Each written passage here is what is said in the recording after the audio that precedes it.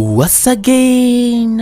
Princess amerejea. Ilikuwa ni furaha kubwa, alafu na gari ya kifahari ilitimba hapo kwenye jumba la kifalme. Kila mtu alikuwa na nyuso ya tabasamu, alafu dereva akaenda kufungua mlango. Alishuka hapa ni Princess anayekwenda kwa jina la Ade. Ni kipenzi cha watu wengi. Ni muda mrefu alikuwa hayuko hapa. Alikuwa zake Marekani kwenye masomo yake. Karibu sana kipenzi changu.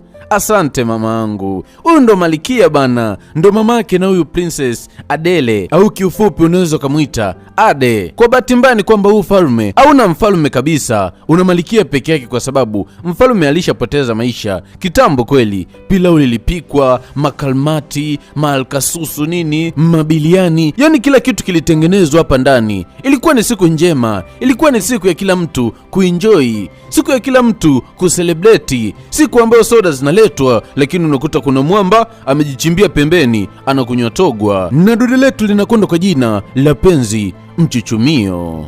Leo bana, uwezi kuamini kwamba ufalme uliweza kupokea ugeni. Huyu hapa ni Prince kutoka kwenye ufalme mwingine, ufalme wa Genius. Alikuja hapo kwa sababu ya kuja kumsabai Princess, kwa sababu alipata taarifa kwamba Princess amerudi. Karibu sana.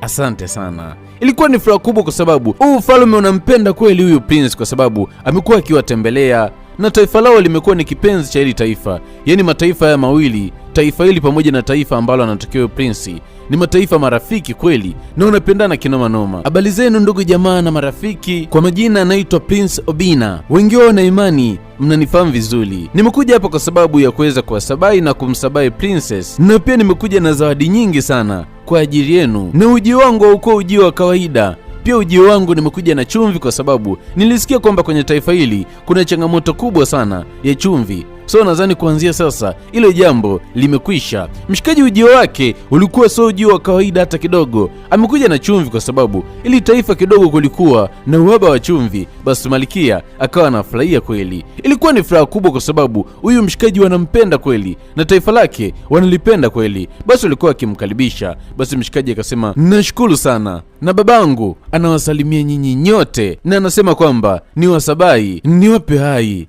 Na ndio maana siku ya leo mimi niko hapa mimi kama mimi, na pia nimekuja hapa kwa sababu ya kuweza kuliwakilisha taifa langu pamoja na babangu. Na imani kila mtu ni mzima hapa, kwa maana hiyo taarifa zitamfikia kabisa babangu kwa usalama kabisa, kwamba kwenye hili taifa kila mtu yuko freshi. Huko upande wa pili tunakutana na Princess, alikuwa amepoa zake hapa, na alikuwa na huyu kijakazi wake anampenda kweli. Huyu kijakazi anakwenda kwa jina la Nkeme, ni rafiki mkubwa sana wa Princess, walishasomaga wote, lakini sema Princess ndo akaenda Marekani kwenda kumalizia